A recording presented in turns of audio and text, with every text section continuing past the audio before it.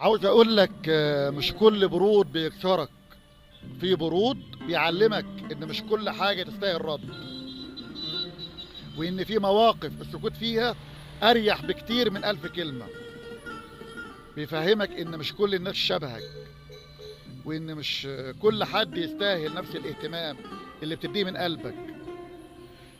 مرة ورا مرة بتلاقي نفسك بقيت بتحسب كلامك وبتختار هدوءك بدل انفعالك وبدل اندفاعك، وبتدي كل واحد حجمه الحقيقي.